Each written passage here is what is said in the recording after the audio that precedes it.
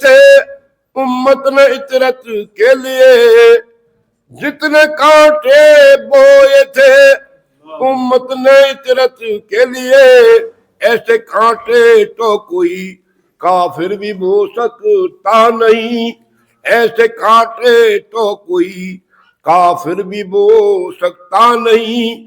ہے یقین مرقد میں ہوگا قلب احمد مضطرب، ہے یقین مرقد میں ہوگا قلب احمد مضطرب، جس کا گھر جلتا ہو وہ تربت میں سو سکتا نہیں۔ اس طرح بکھرے ہیں موتی فاطمہ کے دہر میں، اس طرح بکھرے ہیں موتی فاطمہ کے دہر میں، اب زمانہ تا ابد ان کو پرو سکتا نہیں۔ وہ مسلمان ماتم زہرا میں کیسے روئے گا، وہ مسلمان ماتم زہرا میں کیسے روئے گا، جو نبی کے غم میں پلکوں کو بھگو سکتا نہیں۔ بجوت منی کہا زہرا کو جب سرکار نے، بدعت منی کہا زہرا کو جب سرکار نے، ظالم زہرا پیمبر کا بھی ہو سکتا نہیں۔ آگ امت نے لگا دی خانے سرکار میں، آگ امت نے لگا دی خانے سرکار میں، اب نہ کہنا نظر آتش دی ہو سکتا نہیں۔ خون میں ڈوبا ہے سفینہ جیسے اہل بیت کا، خون میں ڈوبا ہے سفینہ جیسے اہل بیت کا، یوں کوئی اپنا سفینہ ڈبو سکتا نہیں، یوں کوئی اپنے سفینے کو ڈبو سکتا نہیں۔ قبر محسن پہ تھے قلب فاطمہ کے بین، قبر محسن پہ تھے قلب فاطمہ کے بین، میرا بچہ رات کو تنہا تو سو سکتا نہیں۔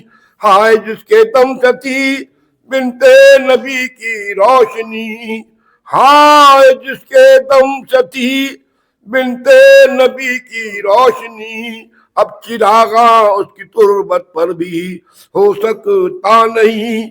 ہے سفینہ آل کا اپنا سہارا ایک علیم، ہے سفینہ آل کا اپنا سہارا ایک علیم، کوئی طوفان اس سفینے کو ڈبو سکتا نہیں۔ نعرہ صلوات۔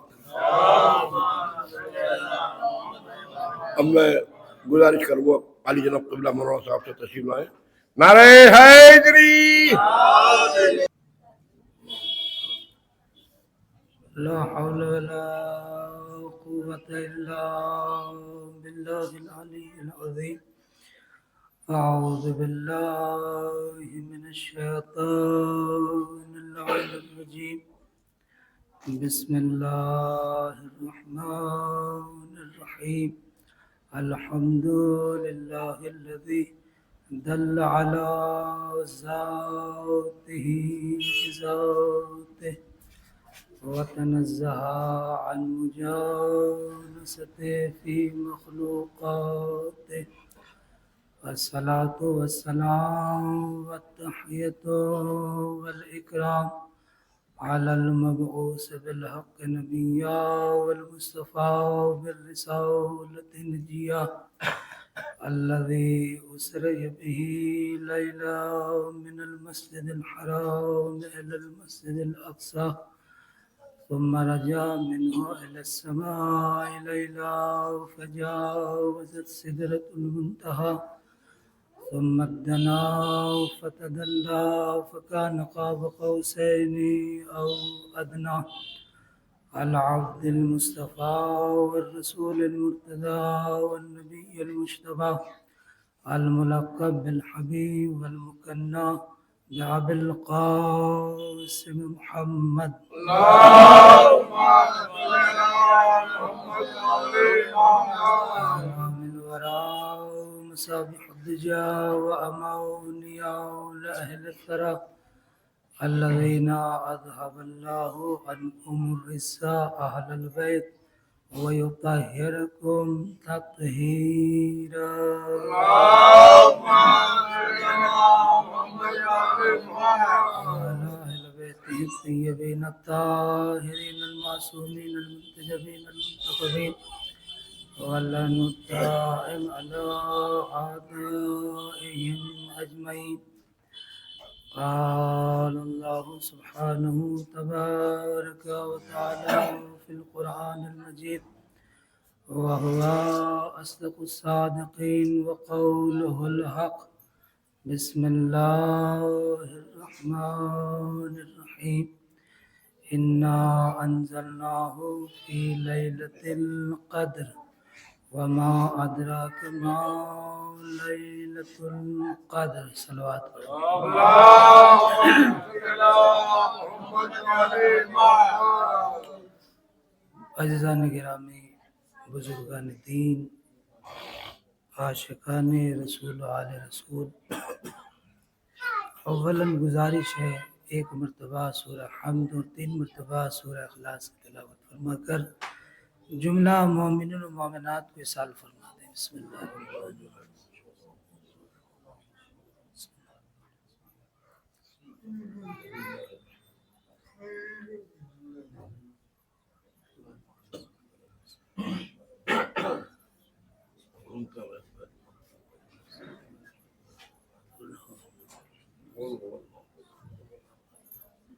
بسم اللہ.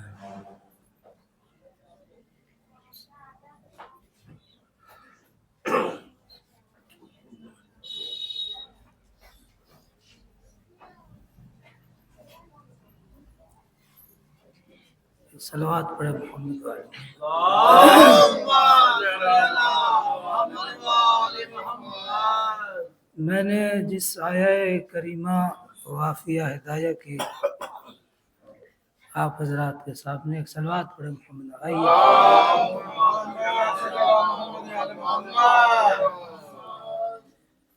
کہ تلاوت کا شرف حاصل کیا ہے اور حصول ثواب کے لیے، اور ابھی آپ خطابت کی سحر انگیزیاں قبلہ محترم کے ذریعے سے سن کے آ رہے ہیں، لہذا میں بھی اپنے طالبانہ انداز میں، چونکہ میں ایک طالب علم ہوں، تو لہذا اپنی ہی وسعت اور اپنی حیثیت سے آموختہ الفاظ کو کہ جو ہمارے علماء، مجتہدین، اساتذہ ان کے ذریعے سے ہم نے سیکھا اور پڑھا اور سنا، اسی کو اپنی اور سننے والوں کی ذریعہ نجات کا ذریعہ قرار دینے کے لیے یہ ساری کوششیں کس لیے ہے؟ مقصد اور حصول کیا ہے؟ کیا حاصل ہو جائے ہمیں؟ صرف یہ حاصل ہو جائے کہ ہمیں صدیقہ طاہرہ کے ذریعے سے اللہ کی رضا حاصل ہو جائے. یعنی ہمارا جو یہ اتنی جو زحمتیں ہیں اور یہ تقریباً 30 سال کا عرصہ جو ہو رہا ہے، یہ کس لیے ہے؟ صرف اس لیے کہ صدیقہ طاہرہ کے ذریعے سے رضا پروردگار کسی طریقے سے حاصل ہو جائے. اور بہت بڑی چیز ہے یہ کہ 30 برس ہو گئے اور یہ ہر سال سلسلہ شروع ہوتا ہے. یہ سلسلہ میں کیا میں نے غلط کہا؟ یعنی ہر سال یہ عبادت زہرا ہوتی ہے. کیسی عبادت ہے؟ کیسی عبادت ہے کہ دیکھیے کتنی بھی بڑی چیز ہو، کیسا بھی تذکرہ ہو، کیسی بھی باتیں ہوں، کتنی ہی نفسیاتی بات کر لیجئے آپ، کتنی ہی اچھے انداز سے بات کر لیجئے، لیکن ایک بار، دوسری بار، تیسری بار، چوتھی بار، 5ویں بار آدمی یہ کہہ دے گا کہ بھائی آپ سنتے سنتے کان پک گئے ہیں، یعنی اب ہماری ہمت جواب دے چکی، اب ہم اس کو نہیں سن سکتے. لیکن قربان جائے اس پنجتن کے تذکرے پر کہ کہ 1400 سالوں سے یہی تذکرہ ہو رہا ہے، نہ کسی کو تھکاوٹ ہوتی ہے، نہ کسی کو اکتاہٹ ہوتی ہے، کسی کو نہیں، ذرہ برابر نہیں۔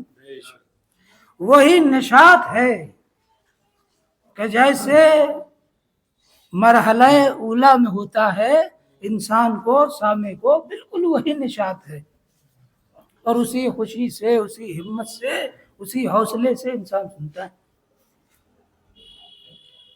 تو یہ اعجاز ہے۔ دیکھیے ہم نے دو ہی چیزیں دیکھی ہیں کہ جس کے اندر یہ اعجاز ہے۔ ایک اللہ کا کلام ہے قرآن مجید، کہ آپ جب بھی اٹھا کے پڑھیے ہر وقت آپ کو نیا محسوس ہوتا ہے، یعنی لگتا ہے کہ کوئی نئی گفتگو ہو رہی ہے۔ کیوں؟ اس لیے کہ وہ معنی مفاہیم کا سمندر ہے۔ اور دوسرا تذکرہ ہے اہل بیت علیہ السلام کا، کہ کتنا بھی کیجیے آپ، لیکن وہی تذکرہ دلوں کو لبھاتا ہے، اور ایسا اثر کہ جیسے اس سے پہلے نہ ہوا ہو۔ آدمی سنتا ہے لیکن کہتا ہے کہ بات تو وہی تھی لیکن اثر دوسرا ہے۔ تو یہ معجزہ ہے اس ذکر کا۔ تو میں جلدی جلدی سے اپنے مقصد تک پہنچوں، اور میں نے دیکھیے جس آیہ کریمہ شریفہ کو عنوان قرار دیا ہے کہ جس میں ارشاد ہو رہا ہے سورۃ القدر ہے، اور سورۃ القدر کی اتنی عظمت ہے، اللہ اکبر۔ اور اسی کے اندر امام نے فرمایا کہ کیا فرمایا کہ تم کیا جانو لیلۃ القدر کیا ہے۔ تو چھٹے امام نے اور پردہ ہٹایا،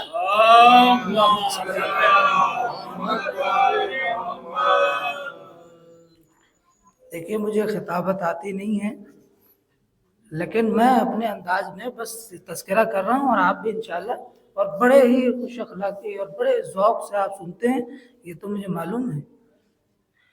تو لہٰذا میرے کجمج بیانی کو نہ دیکھیے گا، اور میرے الفاظ پر توجہ نہ دیجیے گا، کیونکہ الفاظ تو میرے ہیں لیکن مفہوم امام کا ہے، سمجھ رہے ہیں؟ تو لہٰذا ارشاد ہو رہا ہے کہ تم کیا جانو کہ لیلۃ القدر کیا ہے، یعنی تمہارے اندر اتنی طاقت و توانائی و وسعت نہیں ہے کہ تم لیلۃ القدر کو سمجھ سکو۔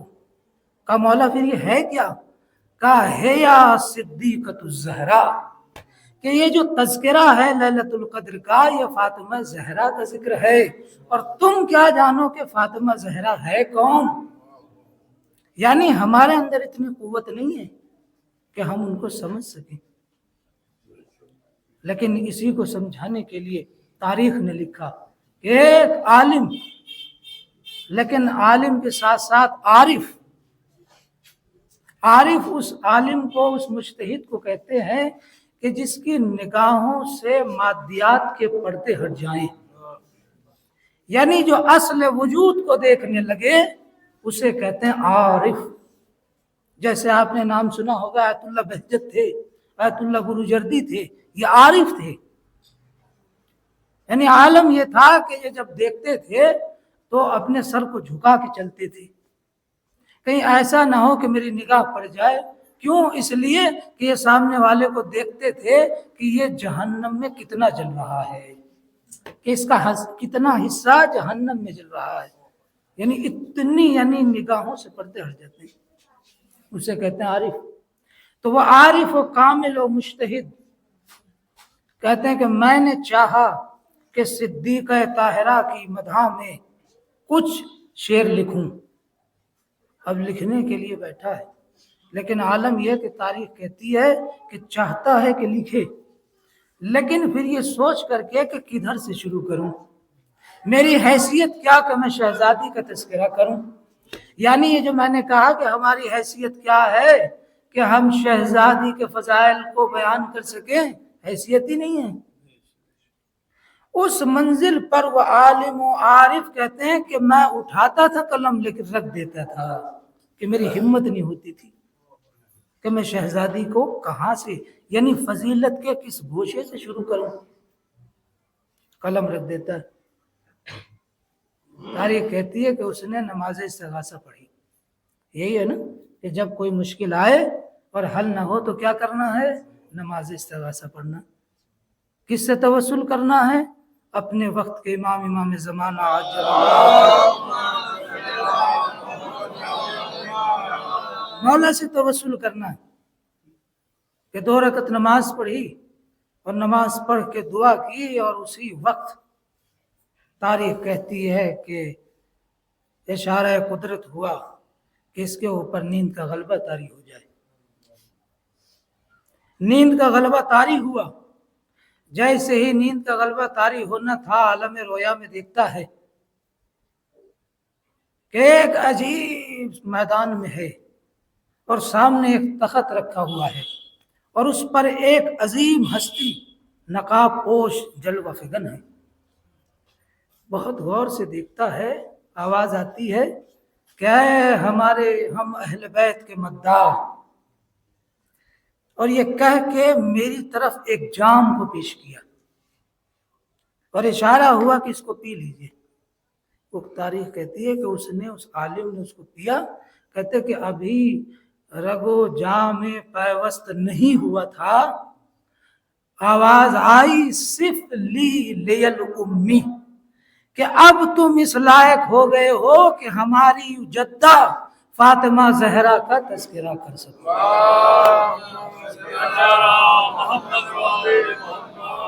اب اس لائق ہو گئے ہو کہ اب تم میری جدہ ماجدہ کی مدد سرائی کرو. تو اتنے مدارج پر پہنچنے کے بعد انسان اس لائق بنتا ہے کہ ان کی مدح سرائی کرے. تو اس سے نتیجہ کیا نکلا؟ اس پوری گفتگو کا نتیجہ یہ ہے کہ ہر کس و ناقص ان کی مدح سرائی نہیں کر سکتا. اور یہ جو میں بول رہا ہوں یہ ان کا طفیل ہے، یہ صدقہ ہے جو زبان چل رہی ہے. اما جس شہزادی کے نام لینے کی 5 نبیوں کے علاوہ اجازت نہ ہو تو کیا ہر کسی کے لیے یہ ہو جائے گا، اجازت ہوگی کہ وہ تذکرہ کرے؟ نہیں. اس آسمان فضیلت پر ہے صدیقہ طاہرہ کہ وہاں تک رسائی ممکن نہیں. کون ہے یہ فاطمہ؟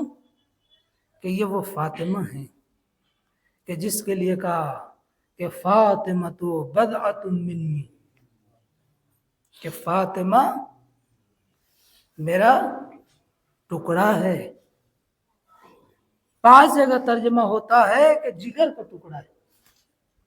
لیکن اس منزل پر علماء نے وضاحت کی کہ دیکھیے اگر یہ ترجمہ، پہلی بات تو بضعہ یا بضعہ اس کے معنی جگر نہیں ہے.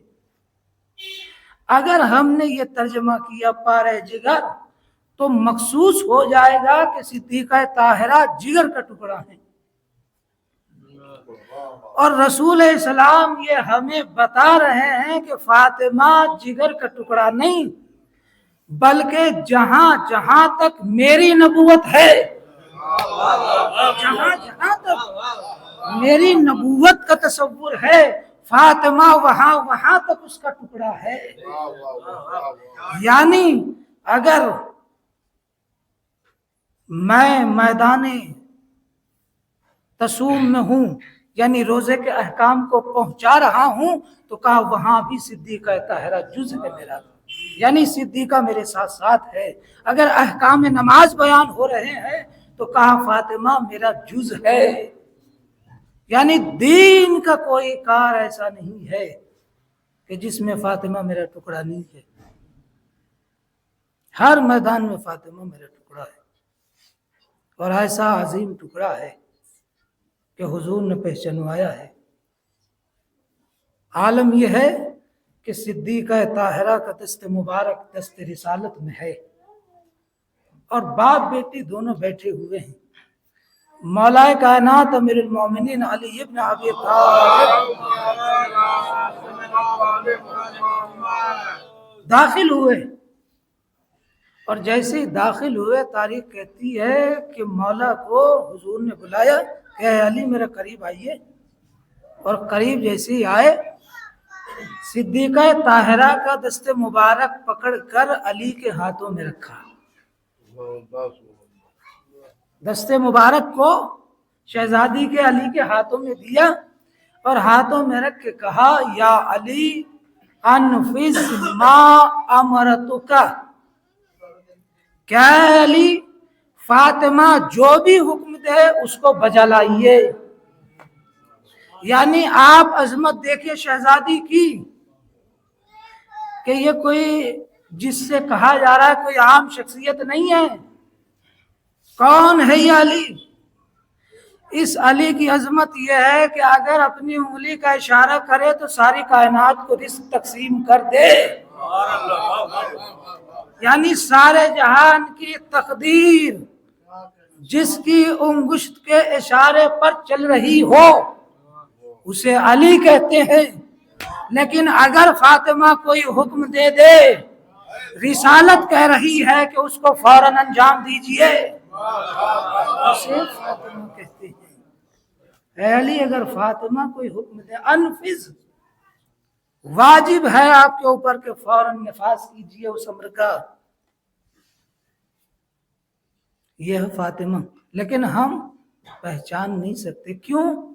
اس لیے کہ چھٹے امام جعفر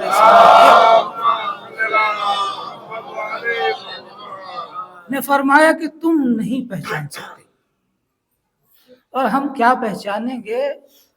اگر ہم تھوڑی شناسائی معرفت پہچان حاصل کرنا چاہیں تو آؤ ان کے در کے غلاموں کو پہچانیں،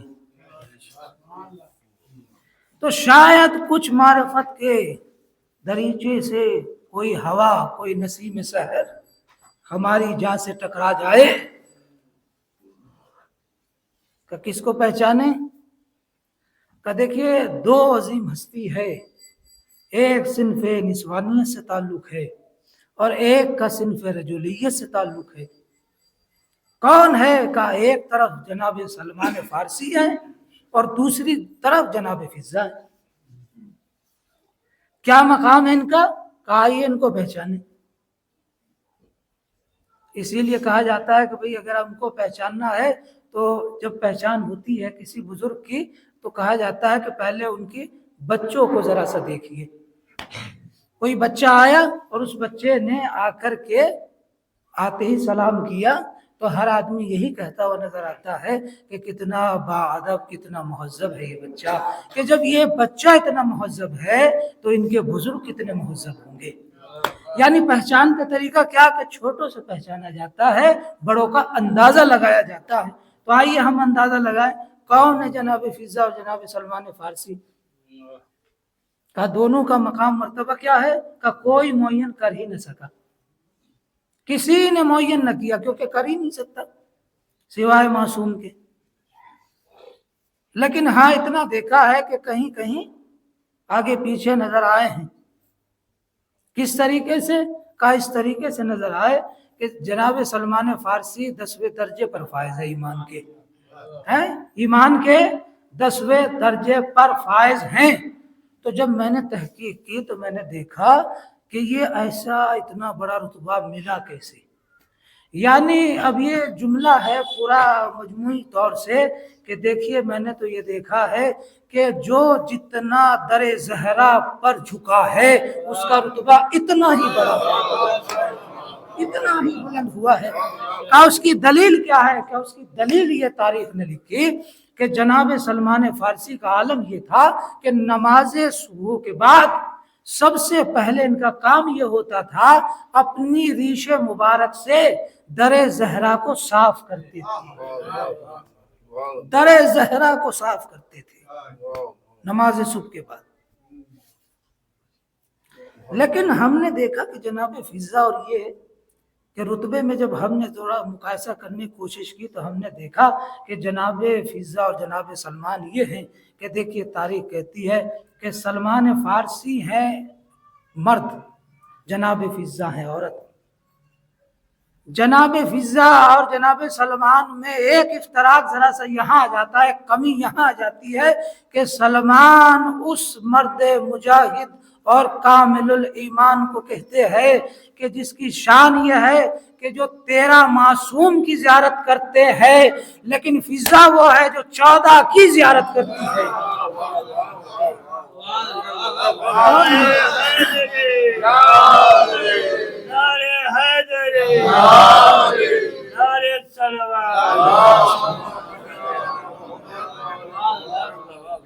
جناب سلمان جو ہے وہ جو 14ویں صدیق کہتا ہے، ان کے چہرہ پر نور کو نہیں دیکھ سکتے، تو یہ شان ہے جناب فضا کی۔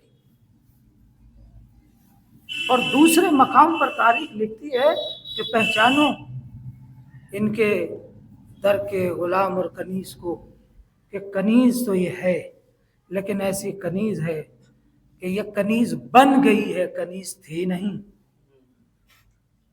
یہ افریقہ کی شہزادی ہے، لیکن تخت و تاج کو ٹھوکر مار کر شہزادی کی کنیزی کو اس نے قبول کیا ہے۔ اور جب آئی ہے تو عالم کیا تھا؟ تاریخ لکھتی ہے کہ جب آئی ہے تو تاریخ کہتی ہے کہ اپنی جوتیوں کو تخت پر رکھا۔ اس کا کیا مطلب ہے بھائی؟ جب کوئی آتا ہے تو کیا کرتا؟ اپنا نائب بناتا ہے۔ تو اس کا مطلب تو یہی نکلے گا کہ اس کا مطلب یہ ہے کہ معیار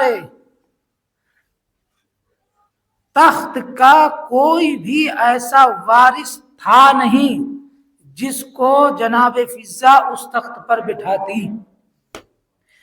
تخت پر اپنی جوتیوں کو رکھ کے بتا دیا کہ پہلے تم جناب زہرا کی کنیز کی جوتیوں کے برابر ہو جاؤ، تب کہیں زہرا کی برابری کے بارے میں سوچنا۔ شہزادی کی جوتیوں کی برابری تو کرو۔ اور یہ کہہ کے چلی آئی، اور کہاں شہزادی کے در پہ آئی ہے کنیزی کے لیے۔ اور جب کنیزی کے لیے آئے تو کیا رتبہ اور مقام ملا کہ جناب سلمان سے گفتگو ہوتی ہوتے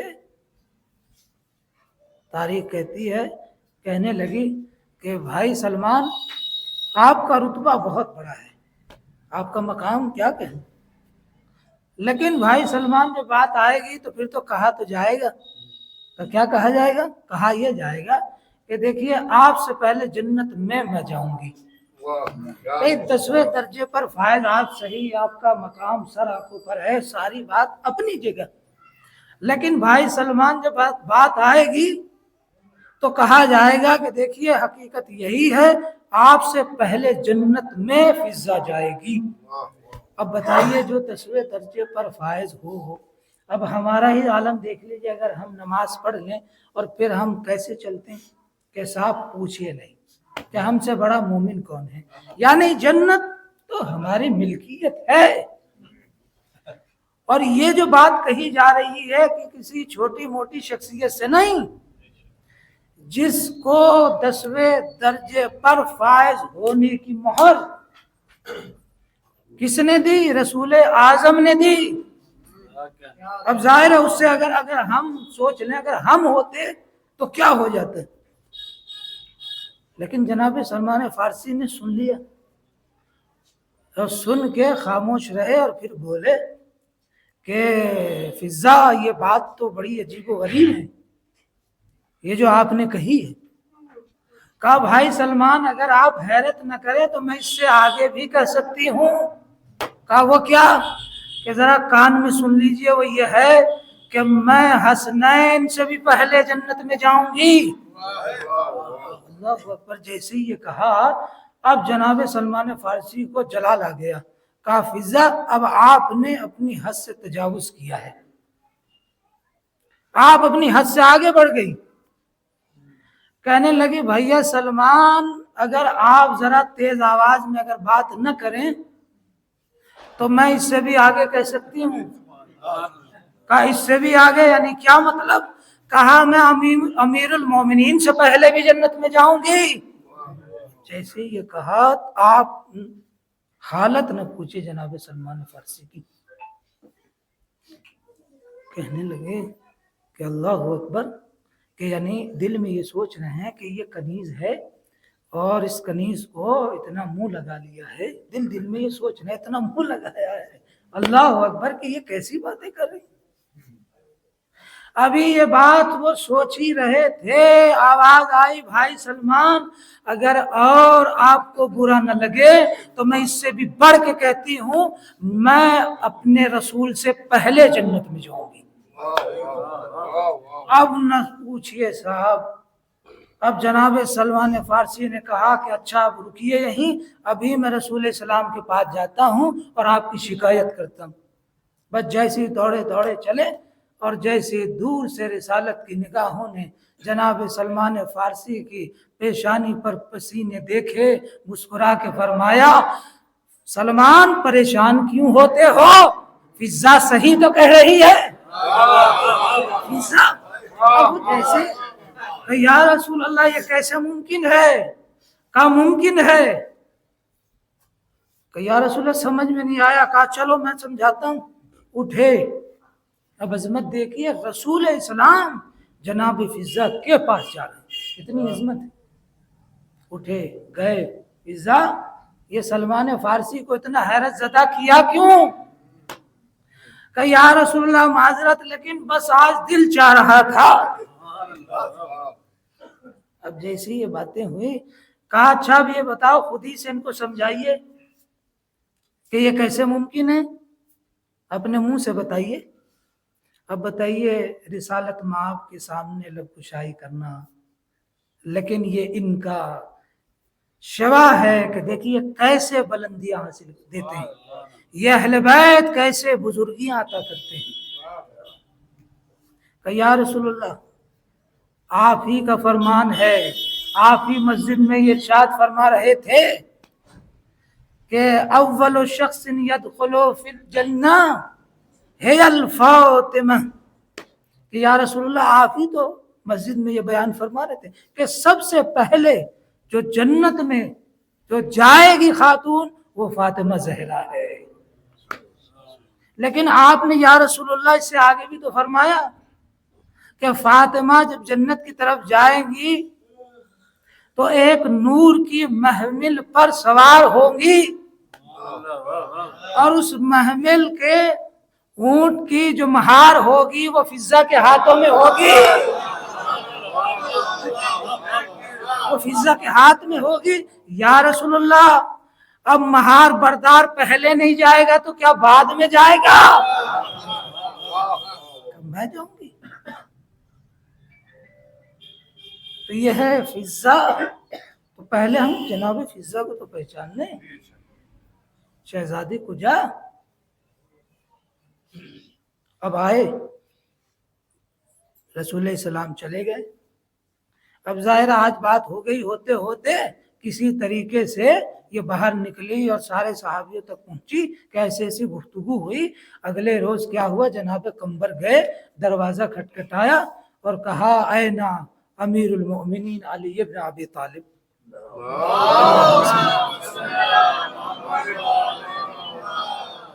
جیسے دروازہ کھلا جناب فضا نے درود سلام کیا، سلام و جواب ہوا۔ اس کے بعد جیسے ہی سوال تھا شہزادی فضا نے جواب دیا ہوگا فی البروج۔ جناب قمبر حیرت زدہ ہو کے دیکھنے لگے کہ یہ کیا جواب ہے۔ جناب فضا نے جواب دیا کہ قمبر علی بروج میں ہے۔ یہ بروج کیا ہے؟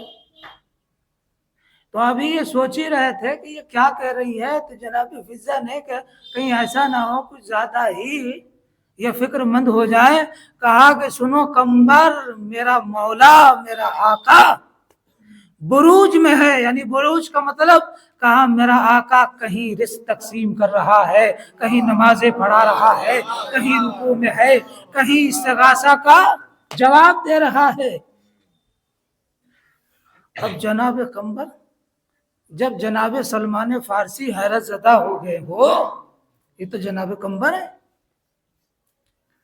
اب اتنا جلال آیا، کہا کہ انتی تقولو کافرہ، کہ آپ تو بالکل کافروں جیسی باتیں کر رہی ہیں، کفر آمیز۔ جناب فضہ نے کہا میں نے کیا غلط کہا؟ کہا تم نے وہ کہا کہ جو کام اللہ کے ہیں۔ جناب فضہ خاموش ہو گئی، غصہ ہو کے جیسی پلٹ کے آیا تو تاریخ کہتی ہے ڈھونڈتے ڈھونڈتے مولا کو یہودی کے باغ کی طرف چلا۔ اب جیسے ہی یہودی کے باغ کے قریب پہنچا، کیا دیکھا کہ مولا کائنات ہیں، باغ میں پانی دے رہے ہیں، یعنی جو مختار کل ہے اس کے ہاتھ میں بیلچہ ہے، وہ کام کر رہا ہے۔ یعنی محنت اور محنت کشی یہ انسانیت کا افتخار ہے۔ حلال روزی کمانا یہ شرافت انسانی ہے، اور یہ مولا نے ہمیں باقاعدہ عملی طور سے بتایا ہے کہ دیکھو کام کرنے میں کوئی عار نہیں ہے، کوئی شرمندگی نہیں، اور مولا کام کر رہے ہیں۔ پہنچا، دیکھا اس قدر حیرت زدہ ہے قمبر، اتنے فکر مند ہے۔ کہا قمبر کیا حال ہے؟ کہا مولا آج تو آپ کی کنیز نے حد ہی کر دی، انتہا۔ کہا آخر ایسا کیا کہہ دیا؟ کہ مولا وہ کہہ رہی تھی کہ میرا آقا میرا مولا رزق تقسیم کر رہا ہے، میرا مولا آسمان میں ہے، نمازیں فرشتوں کو پڑھا رہا ہے، محتاجوں کی مددگیری کر رہا ہے۔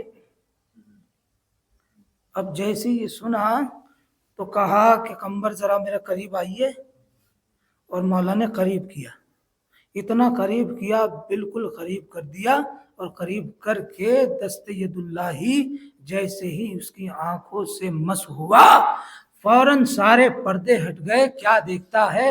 آسمان اول پہ علی، آسمان دوم پہ علی، آسمان سوم پہ علی، ہر جگہ علی علی ہے۔ قدموں پہ گر گیا، مولا میری حیثیت نہیں ہے کہ میں آپ کو پہچان سکوں، میرے اندر قوت نہیں ہے، بس آپ کو یا تو وہ پہچان سکتا ہے یا کچھ پہچانا ہے تو فضہ نے پہچانا ہے۔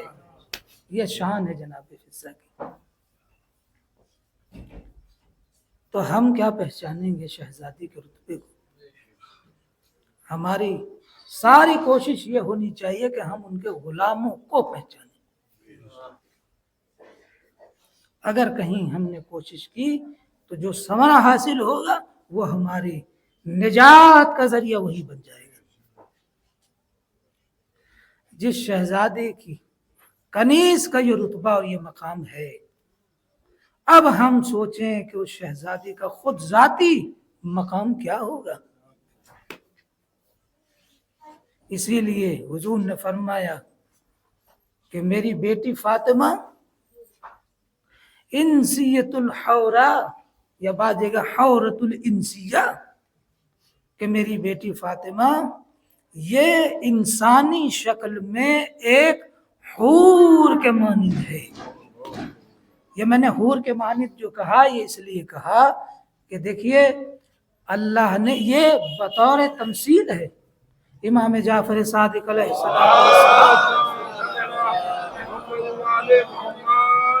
مولا نے اس کی تشریح کی۔ مولا نے فرمایا کہ تم یہ سمجھتے ہو کہ ہماری جدہ ماجدہ کہ حور کی طرح ہے، کہ نہیں، بالکل نہیں، بلکہ اللہ نے ہماری جدہ ماجدہ کو اپنی نور عظمت سے خلق کیا ہے۔ اللہ نے شہزادی کو کس سے خلق کیا؟ من نور عظمت اللہ، نور عظمت سے۔ اب اس کو ہم کیا سمجھتے؟ نور عظمت کیا ہے؟ مولا نے تشریح کرتے ہوئے فرمایا کہ نور عظمت سے تخلیق شدہ مخلوق اس اتنی نازک اتنی لطیف ہوتی ہے کہ اگر اس کے رخسار پر برگ شجر آ کر ٹکرا جائے تو اس کا رخسار نیل پڑ جاتا ہے، یعنی اتنی لطافت، اتنی نازکی ہوتی ہے کہ اگر ایک پتا ہوا سے اڑ کر اگر رخسار سے فقط ٹچ ہو جائے تو اس رخسار پر نیل پڑ جاتا ہے۔ اس کو کہتے ہیں، اس نور کو، اس مخلوق کو کہتے ہیں انسیت الحورا، اور شہزادی اسی نور سے تخلیق ہیں۔ کتنی پر لطیف تھی یہ شہزادی، اسی لیے کیا ہے یہ سر من اسرار اللہ، یا اللہ کے رازوں میں سے ایک راز ہے۔ لیکن جو اتنی پر لطیف مخلوق تھی اور اتنی چہیتی تھی رسول کی کہ جس کے لیے حضور نے مختلف مقامات پر پہچنوایا ہے، اور جب شہزادی کی ولادت ہوئی تھی تو سارے صحابہ کو جمع کیے تھے اور ایک نورانی پارچے میں لے کر آئے تھے اور سب کے سامنے کر کے کہا کہ یہ میری بیٹی فاطمہ ہے، اس کو پہچانو، اس کی عظمت کو پہچانو۔ لیکن جس کو اتنا پہچنوایا، آپ نے دیکھا تاریخ نے کیا کیا کہ اس شہزادی 18 برس کا سن ہے لیکن ہاتھ میں عصا آ گیا ہے۔ ہاتھ میں عصا آ جانا اس جوانی کے عالم میں یعنی کتنا ظلم و ستم ڈھایا گیا، کتنا ظلم و ستم ہوا شہزادی کے اوپر، اور کس طریقے سے کہ یہی شہزادی ہے کہ ایک دن جیسی مولا گھر میں داخل ہوئے، آواز دی ابوالحسن میرے قریب آئیے، کہ ابوالحسن قریب آئیے، کہا شہزادی آپ کی یہ کیسی حالت ہے؟ کہ ابوالحسن اب میرے جانے کے دن قریب آ گئے، اے ابوالحسن اب میرے جانے کے دن قریب آئے، میرے قریب آ جائیے۔ پس شہزادی کے جیسے قریب آئے، تاریخ کہتی ہے مولا نے سب بچوں سے فرمایا اے بچوں ذرا تم باہر چلے جاؤ، اے کنیزوں تھوڑا دور ہو جاؤ، میں فاطمہ سے الگ بات کرنا چاہتا ہوں۔ بس مولا نے شہزادی کے سر کو اٹھایا، یعنی اتنی بھی طاقت نہ تھی کہ شہزادی اپنے سر مبارک کو اٹھاتی، بس مولا نے سر مبارک کو اٹھایا، اپنی آغوش میں رکھا، اور کہتے ہیں کہ شہزادی کے عالم یہ تھا کہ فقط ہڈیاں رہ گئی تھی، سارا گوشت خشک ہو گیا تھا۔ مولا نے اپنے ہاتھوں میں لیا، اے فاطمہ یہ آپ کا کیا عالم ہے؟ بس شہزادی نے فرمایا اے ابوالحسن میرے بابا میرے خواب میں آئے تھے اور یہ کہہ رہے تھے اے میری بیٹی فاطمہ اب تیرے مصیبت کے دن ختم ہو گئے، اے فاطمہ اب دن قریب آ گئے۔ تو یہ کہتے کہتے وصیتیں کرنا شروع کی، اے علی میری پہلی وصیت یہ ہے، اے علی پہلی بات تو یہ ہے کہ اگر مجھ سے کوئی سخت بات آپ سے میں نے کوئی سخت بات کہی ہو تو مجھے معاف کر دیجئے گا۔ آواز دی اے بنت رسول بھلا یہ کیسے ممکن ہو کہ آپ کوئی ایسا کلمہ کہے؟ اے ابوالحسن میری وصیت یہ ہے، میرے ننھے ننھے چھوٹے چھوٹے بچے ہیں، آئے میرے حسین کو شب میں بہت پیاس لگتی ہے، میرے بچے حسین سے خبردار رہنا۔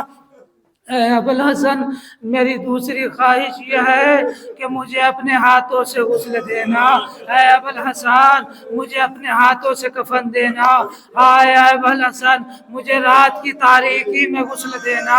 اے ابوالحسن ان ظالموں نے میرے اوپر بہت ظلم و ستم ڈھایا ہے، وہ کوئی بھی میرے جنازے میں نہ آئے، جب میرا جنازہ اٹھے تو میرا دشمن کوئی جنازے میں شریک نہ ہو۔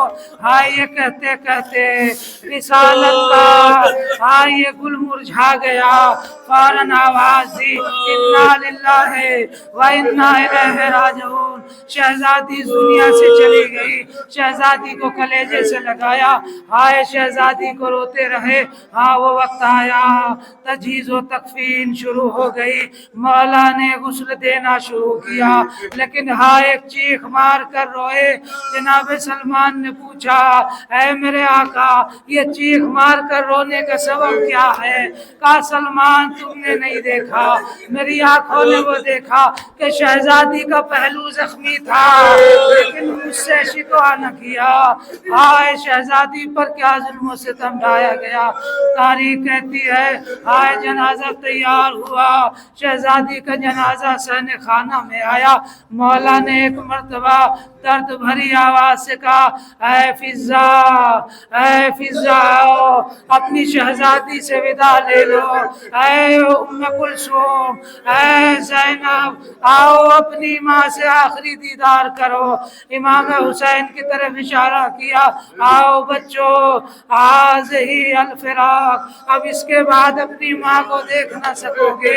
تو یہ کہنا تھا، بچوں نے آگے بڑھ کر اپنی ماں کے بوسے لیے، ایک مرتبہ دونوں بچوں نے ہاتھوں کو رکھا اور ایک جملہ کہا اے اماں جب نانا کے پاس جائیے گا تو ہمارا سلام کہیے گا اور یہ کہیے گا اے نانا اب تمہارے نواسے یتیم ہو گئے۔ تو یہ کہنا تھا، شہزادی کے ہاتھ پر آمد ہوئے، آواز دی آؤ میرے بچوں میرے سینے سے لگ جاؤ۔ الا لعنت اللہ علی القوم الظالمین وسیعلم الذین ظلموا ای منقلب ینقلبون۔ خدایا ہمارے اس قلیل سے عبادت کو قبول فرما، پروردگار جو غریب ان کو غنی کر دے، جو مقروض ان کے قرضوں کو ادا فرما، جو حج زارات کے مشتاق حج زارات سے مشرف فرما۔ پروردگار تمام شیعان حیدر کرار جہاں کہیں بھی ہوں ان کی جان مال عزت آبرو کی حفاظت فرما، بالخصوص پارا چنار کے شیعوں کی حفاظت فرما، مزارات مقدسہ کی حفاظت فرما، مراجع کرام کی حفاظت فرما، ان کا سایہ تا دیر ہمارے سروں پر قائم و دائم رکھ۔ امام زمانے کو ہم سے راضی خوشنود فرما، مولا کے ظہور میں تاجیل فرما۔ ربنا تقبل منا انک انت السمیع العلیم۔ سیدہ فاطمہ، سیدہ فاطمہ، سیدہ فاطمہ، سیدہ فاطمہ، آ گئے حق کے مخالف ظلم ڈھانے کے لیے، ساتھ اپنے لائے حیدر کو جلانے کے لیے، آگ اور لکڑیاں سیدہ فاطمہ، سیدہ فاطمہ، سیدہ فاطمہ، کربلا میں ایسا لوٹا آپ کی اولاد کو، وقت آخر کوئی بھی یا نہیں امداد کو، آئی بس ایک ماں سیدہ فاطمہ، سیدہ فاطمہ، سیدہ فاطمہ، آپ سا دنیا میں کوئی غم زدہ ہوگا نہیں، آپ کی مرقد پہ بی آج تک سایہ نہیں، مٹ گیا صاحبہ سیدہ فاطمہ، سیدہ فاطمہ، سیدہ فاطمہ، مار کر محسن کو سب نے آپ کو صدمہ دیا، امت احمد نے کیسا آپ کو تحفہ دیا، توڑ دی پسلیاں سیدہ فاطمہ، سیدہ فاطمہ، سیدہ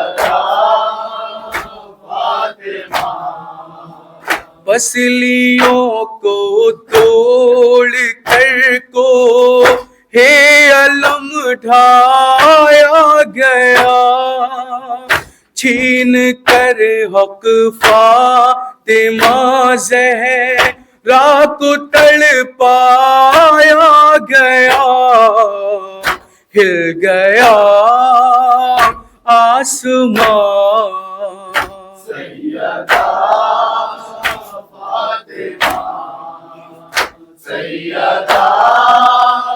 فاطمہ، سیدہ فاطمہ، کون سی ایذا ندیمہ سومئے کونین کو لے گئے دربار میں ظالم ابو الحسنین کو باندھ کر رسماں، سیدہ فاطمہ، سیدہ فاطمہ، سیدہ فاطمہ، آپ پر جو بھی ستم ڈھایا گیا وہ کم نہیں، غم یہ ہے بی بی کہ اس غم کا کسی کو غم نہیں، غم کی ایک داستان، سیدہ فاطمہ، سیدہ فاطمہ، سیدہ فاطمہ، جس کی نوحوں کی تڑپ سے بام مسجد اٹھ گئی، ظلم سہتے سہتے آخر وہ بھی ساجد اٹھ گئی، رہ گئی سسکیاں، سیدہ فاطمہ، سیدہ فاطمہ، سیدہ فاطمہ، یا جناب سیدہ ویلا سجوا ویلا، یا جناب سیدہ ویلا سجوا ویلا، یا جناب سیدہ ویلا سجوا ویلا، یا جناب سیدہ ویلا سجوا ویلا، یا جناب سیدہ ویلا سجوا ویلا، یا جناب سیدہ ویلا سجوا ویلا، یا جناب سیدہ ویلا سجوا ویلا، فاطمہ شاہ کو کیا گود میں پالا نہ تھا، فاطمہ نے شاہ کو کیا گود میں پالا نہ تھا، فاطمہ نے شاہ کو کیا گود میں پالا نہ تھا، فاطمہ نے شاہ کو کیا گود میں پالا نہ تھا، یا کوئی کربل میں اس دم ہائے دل والا نہ تھا، فاطمہ نے شاہ کو کیا گود میں پالا نہ تھا اور جس پہ چاہا ظلم ڈھایا جس کو چاہا دکھ دیا گئے کسی بیوہ کا وارث مار کر چادر چھنا گئے کسی بہنا کے آگے بھائی کو زخمی کیا ایک چراغ پنجتن تھا اس کو بھی گل کر دیا خوب لوٹا گھر جلایا کوئی گھر والا نہ تھا فاطمہ نے شاہ کو کیا گود میں پالا نہ تھا فاطمہ نے شاہ کو کیا گود میں پالا نہ تھا شادیانے بج رہے تھے فوج میں آدھا ادھر شادیانے بج رہے تھے فوج آدھا میں ادھر شہ کے بچے رو رہے تھے خاک پر تشنا جگر اس طرف پانی پہ قبضہ نہر سے شہ بے خبر اور مشعلیں وہاں جل رہی تھی ہنس رہا تھا ہر بشر سیدہ کے گھر میں یا 2 دن سے اجالا نہ تھا فاطمہ نے شاہ کو کیا گود میں پالا نہ تھا فاطمہ نے شاہ کو کیا گود میں پالا نہ تھا مار کر مجھ کو لینو پاؤ گے کیا مال و زر تم کو کیا مل جائے گا بے کس کا لٹ جائے گا گھر اے مسلمانوں میری بہنیں نہ ہوئے ننگے سر بے کس و مجبور ہے شبیر اب جائے کدھر کربلا کا راستہ دیکھا نہ تھا بالا نہ تھا فاطمہ نے شاہ کو کیا گود میں پالا نہ تھا فاطمہ نے شاہ کو کیا گود میں پالا نہ تھا اور ایک بچی تھی سکینہ باپ جس کا مر گیا ایک چچا تھا وہ بھی دریا پر اسی سے چھٹ گیا منہ نجف کی سمت کر کے اور کہتی تھی وہ غم زدہ اور سب تو میرے مر گئے ایک شمر زندہ رہ گیا در میرے چھینے ہے کوئی روکنے والا نہ تھا فاطمہ نے شاہ کو کیا گود میں پالا نہ تھا فاطمہ نے شاہ کو کیا گود میں پالا نہ تھا اور نوجوان مر جائے بابا جائے اس کی لاش پر کس طرح دل میں 72 داغ ٹوٹی ہو کمر یا خدا فرزند سے پہلے ہی مر جائے پدر اے میرے بیٹا ذرا بولو حسین آئے کدھر کیا علی اکبر تمہیں شبیر نے پالا